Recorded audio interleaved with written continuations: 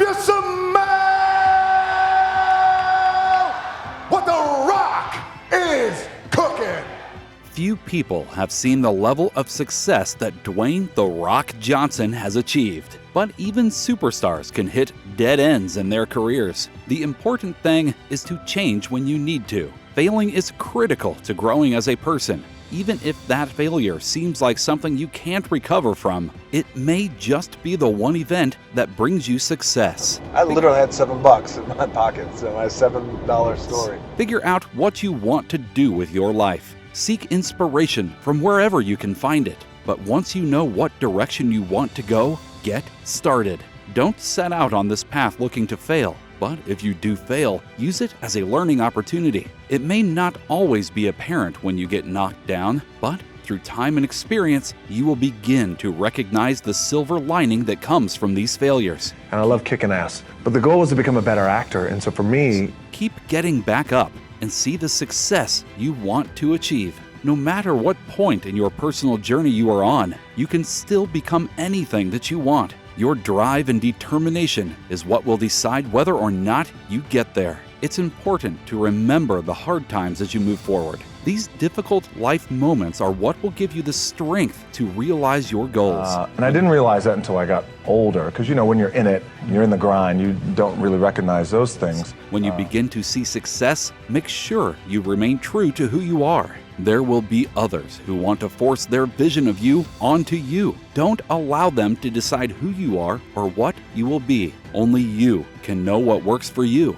Listen to your heart and become the person that you want to be. By learning to adapt to your surroundings, you can begin to see your dreams become reality. And spend time with the troops, take care of my family. I love taking care of people. And I think that kind of thing really resonates with people.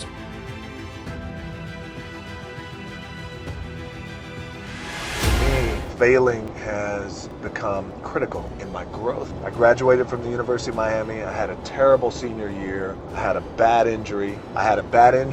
You only get one shot as a senior. You don't come back. And Warren Sapp came in and lit the world on fire with how he played. We pushed each other. We were partners. He outplayed me, beat me out of my position. And I had a really terrible year that year. Graduated, didn't get invited to the combine, the NFL combine, and I didn't get drafted in the NFL. And I had one option, and that option was the CFL. So now you work so hard, 10 years, and draft day comes. You only get one shot. Warren Sapp gets taken in the first round. All my other teammates who are NFL worthy were gone. They're in the NFL signing their big contracts. And I signed a contract in the CFL to make $350 a week Canadian. That lasted for 3 months, and I got cut. I got sent back home, and I had to move back in with my parents at 24 years old after I left at 18, ready to tackle the world. And in my way, I did. I wanted to entertain. When I was 8 years old, I thought I was a combination of these guys. I thought I was a combination of Chuck Norris, Richard Pryor, Harrison Ford, and Rocky Balboa, and Harrison Ford from Indiana Jones. So I was like all these guys and Elvis Presley too, at 8. So I knew at that time when I was 8, I wanted to be an entertainer, and I loved the idea of that and what it meant. And when I was 8, I saw Indiana Jones for the first time, and I loved that character. Like, wow, that guy was so heroic, and he kicked ass, and I knew I wanted to be something, and it was important to me to be something. It was important to me that I didn't fail. But by the way, and if I did fail, at least what was also important was the lesson. And I didn't realize that until I got older, because when you're in it, you're in the grind, you don't really recognize those things when you're younger, but I could recognize them now and the importance of them now. And just in terms of the drive and the determination, a lot of it was experience too. Get your ass kicked, get back up, and you put the gloves back on and you swing away. Let me just speak from the heart, speak from my gut, and really not have anything prepared, but just tell you what's worked for me. And maybe some of the stuff that's worked for me might work for you. Now, currently, presently, as you guys have your goals and ambitions, NBA championship, MVPs in this room, things like that, but then further on down the line, as you guys continue to live your life. The first thing I would just want to say is this idea and this notion that you could be anything you want, and you can accomplish anything you want, right? We hear that. You've heard that from the time you were little boys. You hear that now. You're already incredibly accomplished.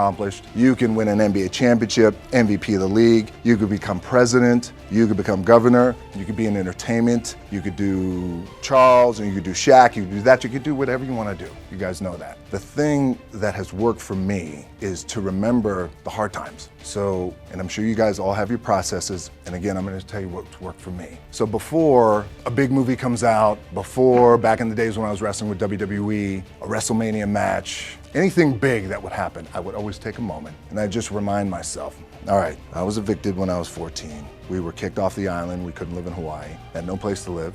It was a turning point in my career, and it really allowed me to grow, and it really allowed me just to be me and be anchored in with who I am. So when I first started wrestling, the idea was, well, why don't you call yourself Rocky Maivia, out of respect for your dad, Rocky Johnson, and your grandfather, Peter Maivia. I hated the name, and I thought, well, I just wanted to make my own way, and I wanted to be independent. I love my family, but I don't want to do it like that because it feels like I'm trying to leverage their fame. The powers that be said, nope, that's your name. I was also told, well, when you go out and you wrestle, you have to smile. I want you to smile big. This is in the WWE. The idea was I was a rookie in the wrestling business. I was the wrestling business is a term called babyface, which is a good guy. I was being groomed as a good guy wrestler. Young, the idea was you're grateful. Grateful for the opportunity, so when you go out there, I want you to smile. You can't smile enough. And I thought, well, what if I lose? Yeah. Still gotta smile. And Yeah. it just didn't feel right. That didn't Yeah. sit right with me.